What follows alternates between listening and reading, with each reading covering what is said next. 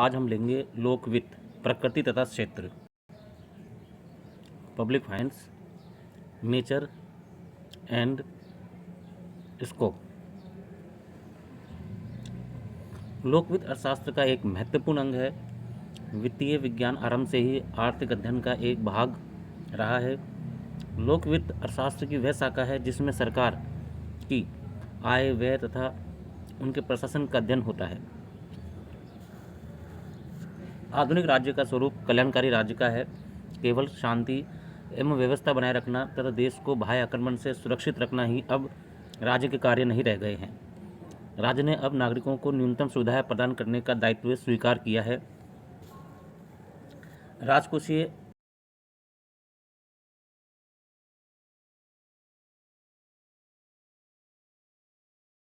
सरकार की जिम्मेदारी बन गया है। इन सब विभिन्न कार्यों को करने के लिए लोक वित्त सरकार के लिए धन इकट्ठा करने तथा उसे विभिन्न आर्थिक एवं सामाजिक उद्देश्यों के लिए व्यय करने का अध्ययन करता है।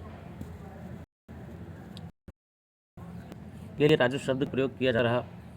राजस्व शब्द दो शब्दों से मिलकर बना है। राजन प्लस स्व है, जिसका अर्थ होता है राजा का धन।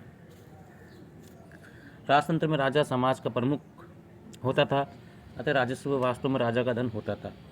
राजा जो कर वसूल करता था वह उसकी संपत्ति मानी जाती थी और वह उसको मनवा सकता था।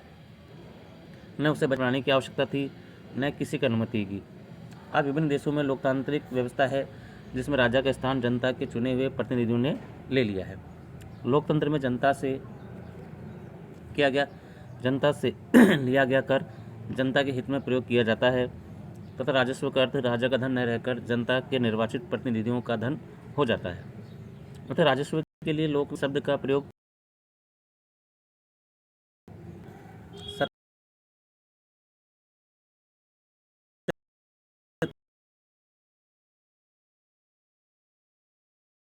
तो ये भी शब्दों से मिलकर बना है, पब्लिक तथा फाइनेंस। पब्लिक शब्द से तात्पर्य है पब्लिक अथॉरिटीज़, सार्वजनिक सत्ताएं या सरकारें, तथा फाइनेंस शब्द का अर्थ है आय प्राप्त करना तथा व्यय करना। परिभाषा है फिडलिस राज के शब्दों में लोक वित्त का विज्ञान उस प्रणाली से संबंधित है जिसके द्वारा लोक सत्ताएं अपनी आय प्राप्त करती हैं तथा उससे व्यय करती हैं। फिडलिस राज के शब्दों में लोक वित्त का विज्ञान उस प्रणाली से संबंधित है जिसके द्वारा लोक सत्ताएं अपनी आय प्राप्त करती हैं तथा उसे व्यय करती हैं। वेस्टिबिल के अनुसार लोक वित्त लोक सत्ताओं के आय, व्यय, उनके पारस्परिक संबंध, वित्तीय प्रशासन एवं नियंत्रण से संबंध रखता है। जे.के. मेहता के अनुसार लोक वित्त राज्य की मौद्रिक आय तथा मौद्रिक व्यय का अध्ययन करता है। संक्षेप में लोक वित्त वह शास्त्र है जो सरकार, केंद्रीय हो चाहे राज्य हो चाहे स्थानीय सरकार हो, की आय, व्यय तथा उनके प्रशासन का वैज्ञानिक अध्ययन करता है। लोक वित्त वह शास्त्र है जो सरकार की आय, व्यय तथा उनके प्रशासन का वैज्ञानिक अध्ययन करता है। लोक वित्त का क्षेत्र वे जटिल समस्याएं जो सरकार की आय, व्यय क्रियाओं के चारों ओर केंद्रित होती हैं, लोक वित्त का अध्ययन विषय अथवा क्षेत्र है। वे जटिल समस्याएं जो सरकार की आय, व्यय क्रियाओं के चारों ओर केंद्रित होती है, लोक वित्त का अध्ययन विषय अथवा के क्षेत्र है।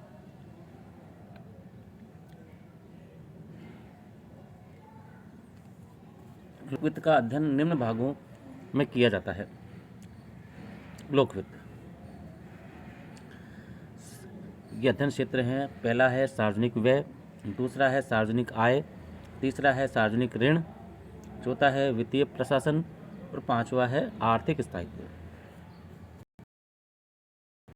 व्यय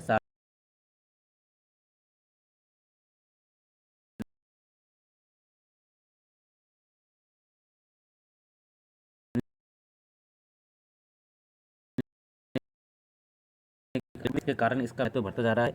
लोक व्यय राष्ट्रीय कल्याण की प्राप्ति का महत्वपूर्ण साधन माने जाने लगा है। सार्वजनिक व्यय के अंतर्गत निम्नलिखित बातों का अध्ययन होता है। सरकारी व्यय की मदें, व्यय के सिद्धांत तथा इस व्यय का राष्ट्रीय अर्थव्यवस्था पर प्रभाव। सार्वजनिक व्यय की मदें, व्यय के सिद्धांत तथा इस व्यय का राष्ट्रीय अर्थव्यवस्था पर प्रभाव। सार्वजनिक आय, लोक व्यय को पूरा करने के लिए सरकार को धन चाहिए। सरकार की आय से संबंधित विभिन्न बातों का अध्ययन इस भाग के अंतर्गत किया जाता है, जैसे आय के विभिन्न स्रोतों का सापेक्षिक महत्व, करारोपण के विभिन्न सिद्धांत तथा करों का उपभोग, उत्पादन, वितरण, बचत तथा निवेश पर प्रभाव। आय के विभिन्न स्रोतों का सापेक्षिक महत्व, करारोपण के विभिन्न सिद्धांत तथा करों का उपभोग, उत्पादन, वितरण तथा निवेश पर प्रभाव।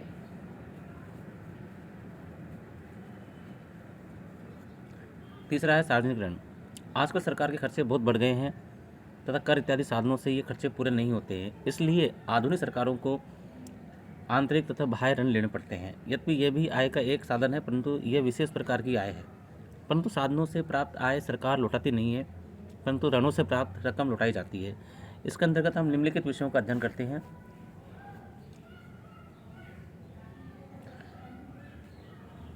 ऋण लेने के सिद्धांत, ऋण लेने का औचित्य, ऋण की अदायगी तथा ऋण का प्रभाव। ऋण लेने के सिद्धांत, ऋण लेने का औचित्य, ऋण की अदायगी तथा ऋण का प्रभाव। धन्यवाद साथियों, अगला भाग हम अगले वीडियो में पढ़ेंगे। धन्यवाद साथियों।